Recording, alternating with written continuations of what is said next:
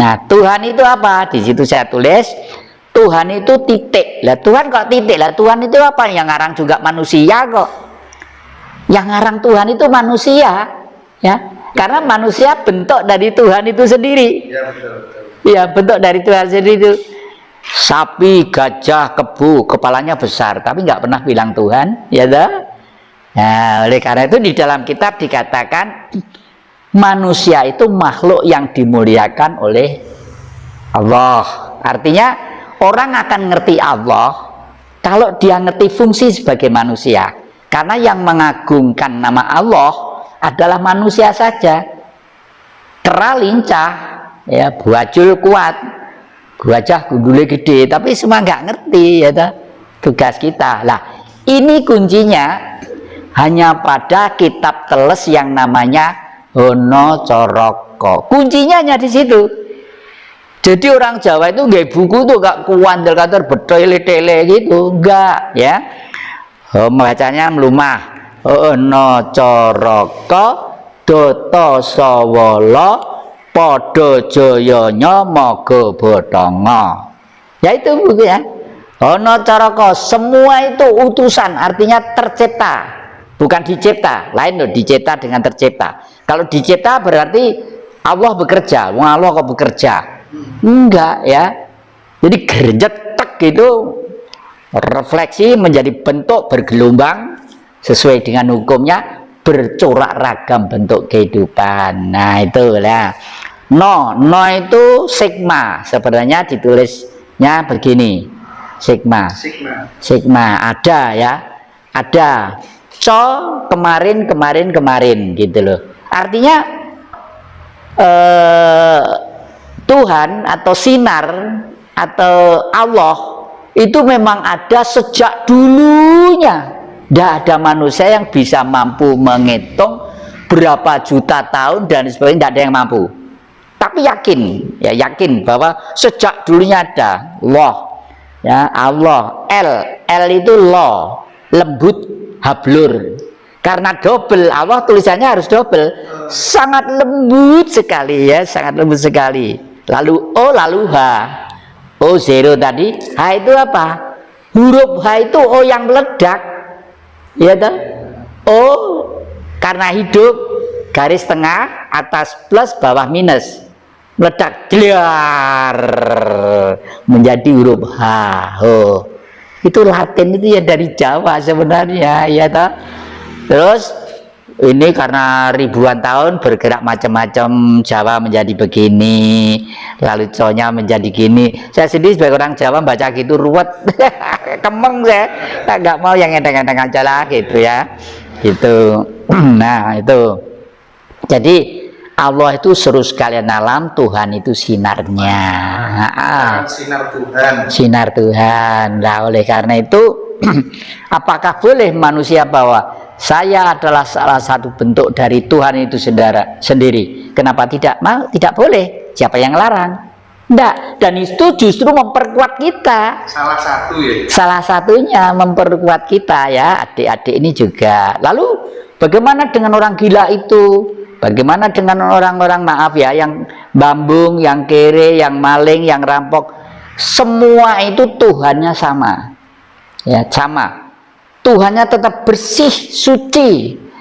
Yang kotor, yang mencuri, yang maling, yang ngerampok, yang nyopet segala macam itu, yang gila itu kan jiwanya. Kenapa kok jiwa bisa rusak?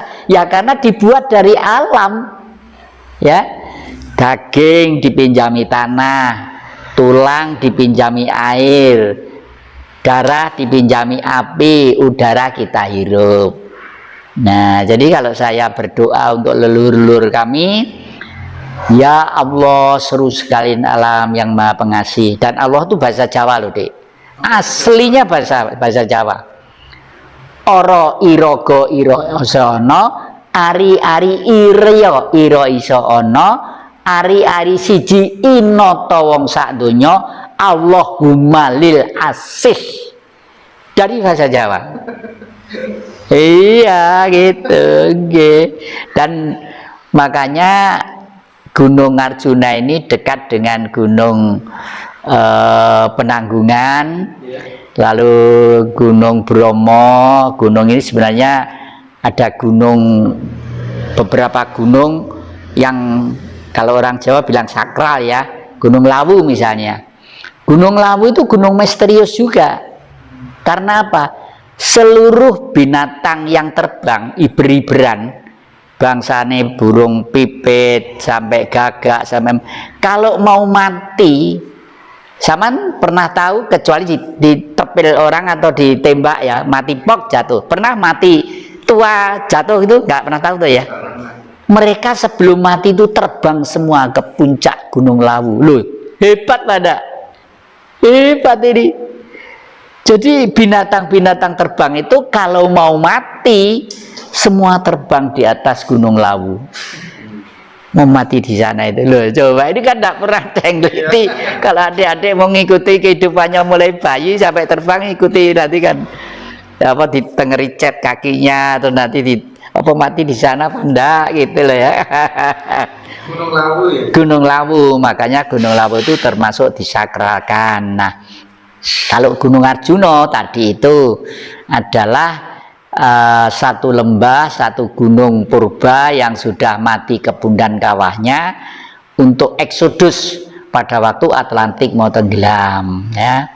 Jadi 10 orang yang ke sana dipimpin seorang Brahmana, Romo Singoro Simo Wonokerto, lalu turun di atas Sumberawan mendirikan kerajaan Prabu Parikesit Simoludro ya. Di atas Sumberawan sana dulu bekas kerajaan. Lalu pada waktu turun yang ditangkap pertama kali apa? Gajah.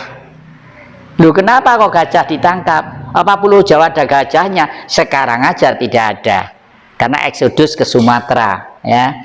Tapi dulu gajah ada, buktinya di Sungai Berantas ditemukan gading 2 meter ya, yang gede-gede itu. Berarti dulu gajah-gajah gede banyak di sini. Begitu gunung-gunung meletus, kewan itu perasaannya tajam. Seperti doa saya tadi itu, mungkin kalau bisa ngomong gitu ya. Tajam, lari dulu ke sana ke Sumatera, lalu dor Krakatau meletus segala macam. Nah, inilah cuplikan-cuplikan yang ngacak ke sana kemari. Terus bukti-bukti kejeniusannya sudah. Lalu sekarang rambut munte tadi itu apa? Uranium platinum itu. Itu kalau di pewayangan di pewayangan pagelaran wayang kulit sebenarnya disebut Raden Gatotkaca. Meletik tanpa sutang, miber tanpa lar, ya kan gitu. Sinatriang Pringgondani Raden Gatotkaca, otot kawat balung besi. Memang bahannya itu salah satu adalah besi, kawat dan sebagainya untuk membuat energi uranium platinum tadi itu. Di blender 16 jam tidak boleh berhenti. Ditambah beberapa material di bumi ini ya. Blender 16 jam. Terus dikasih kalau misalnya mangkok gitu ya. Kalau misalnya di mangkok begini, taruh gini, ini kalau tidak ditutup dia nempel begini. Tapi kalau ini ditutup rapat, cek gini tutup rapat, dia terbang mencari titik minus di atas sana ya. Jadi ninggalin gravitasi ya. Nah, makanya Raden Gatotkaca sinatya ing pringgondani otot kawat balung besi, ora tedas tapak palune pandhi sisaning gurindo tinatah mendat jinur wenter. Wetek celu. Itu kalau dalangnya Pak Mantep atau siapa gitu, waduh hebat. Apa ya, di bukunya panjenengan itu mendapatkan apa ya, mendapatkan sambutan khusus dari Ki Mantep Sudarsono. Seberapa dekat panjenengan dengan Ki Mantep Sudarsono? Saya dengan beliau itu masa kecil, masa mudanya sama-sama sinau tentang kerawitan dan wayang di Blitar ya, di rumah ibu saya di Buardoyo sana ya, di sana. Makanya dia itu sampai sekarang tuh kayak dulur. Ini ya saya ngenangan kemarin tuh saya pesen sama Mas Widodo di Caruban, Mas, mbok tolong Pak Mantep dindangi, hatiku gak enak apa dalam keadaan sakit tapi ya aku tak rono kalau gitu terasa saya itu. Belum ada kabarnya ya, gitu. Itu hubungan saya dengan Pak Mantep itu. Lalu Kenapa kalau ini yang ngapunten ya, nggih. Kirun ya. Nah, seberapa dekat dengan Kirun kira-kira? Ya kenal akrab, sama-sama pernah menjadi grup lawak ya Mas Kirun itu. Saya sampai sekarang yang cari Mas, lucu, senang saya untuk hiburan gitu, seneng gitu ya. Mas Kirun itu pelawak yang juga kreatif, yang humornya itu seger gitu, seger. Oke ya, saya juga pengen gitu loh, teman-teman yang nonton dari jarak jauh, dari luar negeri dan lain sebagainya gitu kan, semangat untuk menemukan jati diri, semangat untuk berproses hingga ketemu guru yang sejati. Karena kalau nyari guru manusia kan pasti kecewa ya, gitu. Nah, saya ingin ia memberikan tuntunan secara real, kemudian itu bisa diimplementasikan oleh teman-teman kita dari rumah, sehingga tidak perlu montang-manting pergi cari orang spiritual di sana. Gimana ya? Saya setuju. Itulah era digitalisasi. Kita sebenarnya sudah tidak.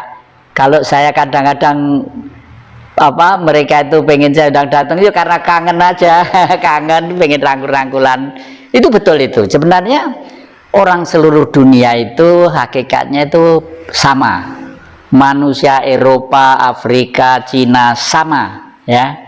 Yang lain itu adalah proses terbentuknya fisik. Sehingga ada yang kuning, ada yang keriting hitam, ada yang putih, ada yang merah, ada yang berwarna, itu aja. Tapi pada hakikatnya sama. Cara belajarnya sebenarnya harus menengok peristiwa 500 tahun sebelum Masehi. Siapa itu? Sang Siddhartha Gautama. Kalau orang umum menyebut Buddha, ya selanjutnya disebut Buddha. Ada apa dengan beliau? Beliau dulu konon anaknya seorang raja yang kaya raya. Tapi karena sejak kecil guru sejati sudah membimbing beliau untuk menjadi panutan dan tauladan kehidupan, belum meninggalkan bajunya dilepas semua, tidak seperti saya embel-embelnya masih banyak gini, dilepas lalu menyatu dengan masyarakat di desa-desa, di gunung-gunung, petani-petani gitu. Ternyata beliau lalu menemukan suatu teori yang simpel sekali untuk seluruh umat manusia. Apa itu? Manusia itu akan seger waras, tentrem ayem kalau satu, angen-angen bener. Angen-angen bener. Dua, pikiran bener. Tiga, tutur kata bener. Empat, pribadi bener. Lima, bergaul bener. Nah, kenapa kok mesti angen-angen dulu? Seluruh dunia itu manusia mesti punya angen-angen. Binatang pun punya angen-angen, ya. Binatang, entah gajah, entah kambing, entah harimau, entah cacing, entah apa, punya angen-angen. Apa angen-angennya? Semua kalau lapar mesti pengen cari makan. Itu kan angen-angen. Nah, karena manusia pengen makan, baru pergi ke dapur. Loh, kok belum masak? Istrinya sedang kemana? Oh, lagi arisan misalnya ya, atau repot gitu, jualan di mana gitu. Oh kak, saya tak makan di warung aja, nggak langsung pergi, delok dompet sih dibuka isine piro. Itu kan pikiran ya toh, pikirannya benar lah. Terus pribadi benar, tutur kata benar. Tutur kata itu untuk melatih kebenaran itu tidak ada jalan lain kecuali jangan mengumbar kata-kata yang satu menyusahkan orang lain, kedua membohongi diri sendiri, ketiga akan berdampak yang lebih kacau di dalam lingkungan kemanusiaan. Itu ya. Jadi penting ini, penting, tutur kata itu penting.